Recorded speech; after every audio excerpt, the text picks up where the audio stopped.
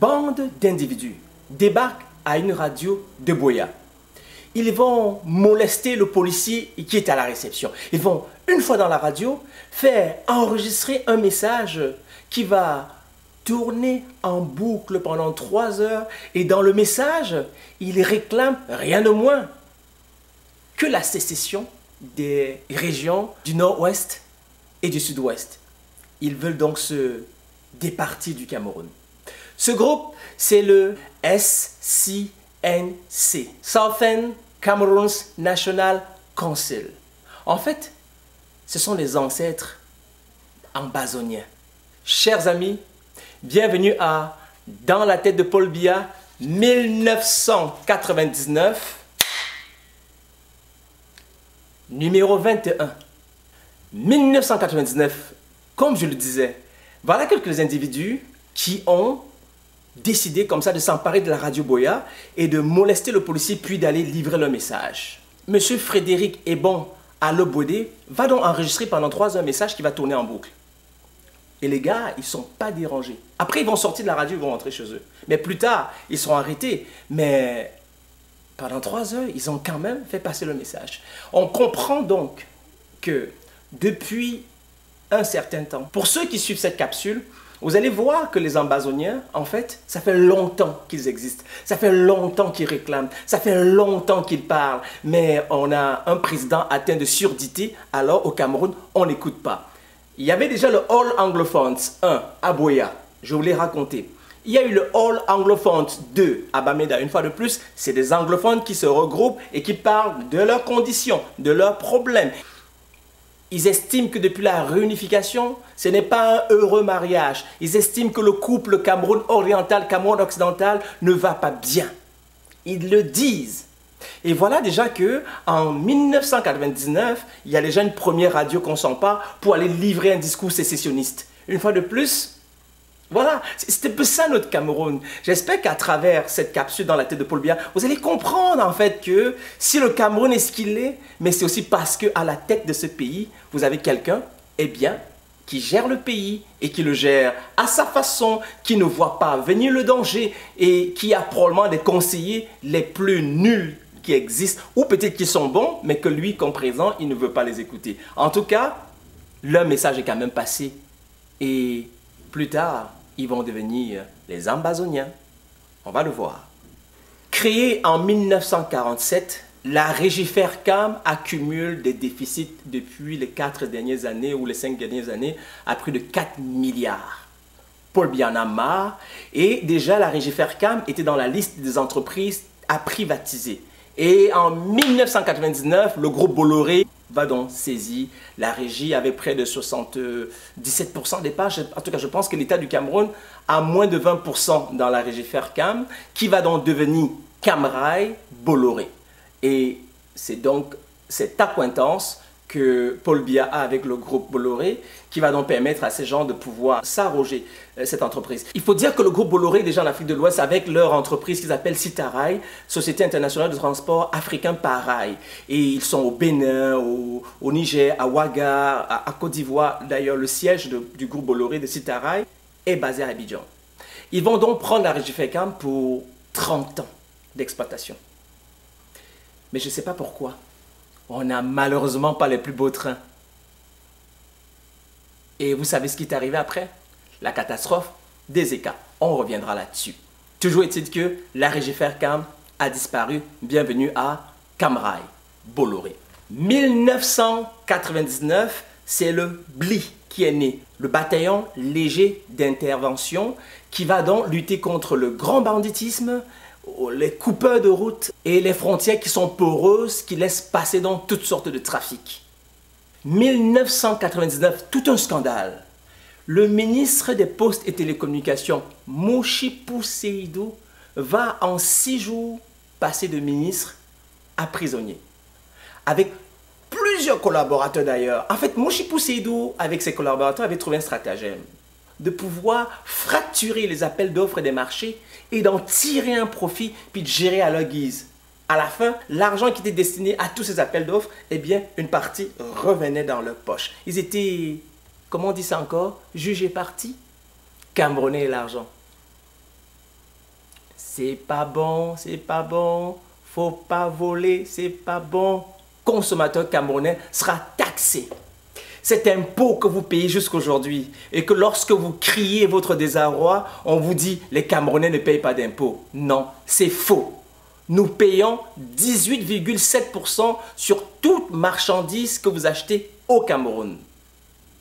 Les biens de consommation, tous les biens importés, les biens acquis au Cameroun, les immeubles nouvellement bâtis et même toutes les livraisons à soi-même. Désormais, 18,7%. Cela veut dire que lorsque vous achetez quelque chose au Cameroun qui vaut par exemple 1000 francs, ben, vous avez déjà la taxe à l'intérieur. Quand vous achetez un meuble, vous avez déjà la taxe à l'intérieur. Donc, il ne faudrait jamais qu'on vous fasse croire que vous ne payez pas de l'impôt. Vous payez surtout les produits qui vont chez vous. 17 mars 1999, Paul Biya organise le sommet sur la conservation des forêts à Yaoundé, au Palais de Congrès. Il est dans l'hôte. Paul Biya, à la veille du jour final de cette conférence, va donc brouiller un mot, un discours, et il va le remettre à Ferdinand Oyono, qui est le ministre des Communications. Le but, c'est que ce brouillon que Paul Biya fait soit lu, bien sûr, par le ministre de l'Environnement et des Forêts qui s'appelle Sylvestre Na-Ondoa. Le ministre Ferdinand Oyono va donc remettre, bien sûr, ce brouillon-là au ministre Sylvestre Na-Ondoa pour la lecture finale, dans ce qu'on va appeler la déclaration de Yaoundé. Sylvestre Na-Ondoa, le jour de la clôture de la conférence, va arriver en retard. Paul Biya est déjà dans la salle. Le monsieur, le ministre, arrive 30 minutes après le président de la République. Non, mais il faut le faire. Et en plus, les amis, tenez-vous bien tranquille, le brouillon, il n'avait même pas modifié à temps. Devinez ce qui va être lu. La honte. C'était le 17 mars 1999. Mais il n'a pas été congédié, hein? Non, il est resté ministre, mine de rien. Salut monsieur Na-Ondoa, je pense qu'aujourd'hui il doit être sénateur. Un fait inusité. 1999, le gouverneur du Sud, il s'appelle Umaru Koué. Il va boycotter la conférence des gouverneurs organisée par le ministre de l'administration territoriale. Ce ministre-là, il s'appelle Samson Ename. Pourquoi pensez-vous que le gouverneur va boycotter la réunion? Puisque Paul Biya va s'en rendre compte lui aussi. Il va dire, mais il n'est pas là le gouverneur du Sud, qu'est-ce qui se passe? La raison pour laquelle il a été limogé, c'est que ce gouverneur, il a refusé de participer à la réunion des gouverneurs parce qu'il disait, et tenez-vous bien tranquille, et oui les amis, c'est vrai, que le ministre était trop jeune pour être son patron.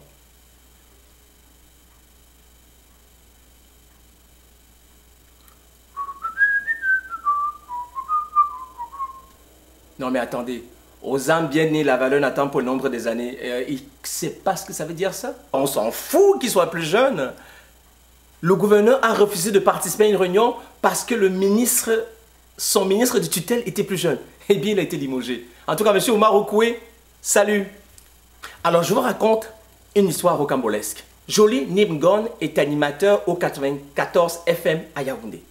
Il a une émission qui s'appelle Accord ouvert. Ça se passe le soir. Les gens appellent et font des confidences. Il y a une dame qui appelle à Yaoundé. Elle dira donc à cet animateur, ce jour-là, qu'elle entretient des relations sexuelles avec un haut responsable de l'État. Et que ce dernier lui aurait offert un bijou en or qu'elle porte à son cou. Elle serait donc allée voir un marabout pour lui présenter ce bijou et lui poser des questions par rapport à ce bijou. Ce marabout lui aurait donc dit que le bijou qu'elle porte au cou ne serait rien d'autre qu'un serpent boa constrictor. Un constricteur, vous savez, des pitons. Et elle a donc dit qu'elle ne peut pas donner les noms parce que bien sûr, c'est un haut responsable de l'État. L'animateur va se voir suspendre par Gervais Mendozé, qui était donc le directeur de la radio et de la CRTV.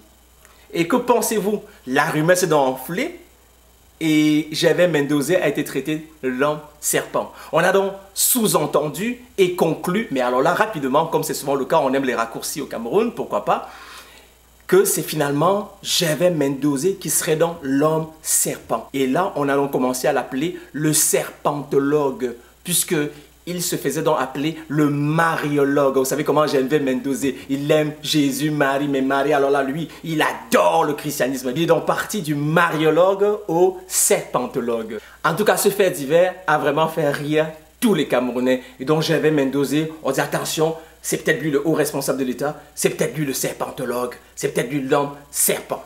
Pauvre monsieur Mendoza. 1999, le Cameroun garde sa couronne de champion du monde de la corruption. Non, c'est pas drôle. C'est pas drôle. On a été, pour une deuxième année consécutive, champion du monde en 99. Shame on us. Je suis pas fier d'être Camerounais, mais c'est ça, malheureusement. On doit l'accepter et essayer de faire mieux. Mieux, c'est-à-dire descendre. On ne peut pas être champion du monde, pas pour ça. 1999, deux anciens premiers ministres du Cameroun meurent. C'est très drôle, hein? Le premier, c'est John Kufuor. C'est le tout premier ministre du Cameroun occidental. Il a été premier ministre du 1er février 59 au 1er août 61. Et attendez, le tout premier premier ministre du Cameroun francophone, donc le nôtre oriental, il s'appelle Charles Assalé. Lui, il était premier ministre du 1er octobre 61 jusqu'au 11 juin 65. Ces deux avaient donc un destin assez particulier que d'être les deux premiers ministres tant du Cameroun anglophone que du Cameroun francophone qui meurent pratiquement la même année, le même chiffre, 10 avril pour John Kufuor, 10 décembre. Moi, je suis très séduit par la numérologie et toutes les coïncidences, mais en tout cas, paix aux âmes de John Kufuor et de Charles Assalé. N'oubliez pas, il y a des capsules sur, bien sûr, les anciens premiers ministres. On a vraiment du boulot et on a des capsules historiques pour vous. J'espère que je vais vous garder longtemps sur notre chaîne. Je vous remercie beaucoup d'être là. Merci de partager. Nous sommes aussi disponibles sur YouTube. Nous avons une nouvelle page qui s'appelle donc Félix Afro Rebelle. Nous avons donc aligné autant de vidéos, bien sûr, par-dessus. Nous ne pouvons que compter sur vous pour le partage parce que vous le savez, plus vous partagez, plus les gens vont bien sûr aussi apprendre notre histoire. Sur ce, je vous souhaite une très belle soirée. C'était dans l'année 1999, dans la tête de Paul Biya, numéro 21. Merci beaucoup et... Ladies and gentlemen, welcome to my house. My name is Felix from Montreal in Canada. I was born in Douala, Cameroon, in Africa. I was in Bedmouth when my girlfriend called me and said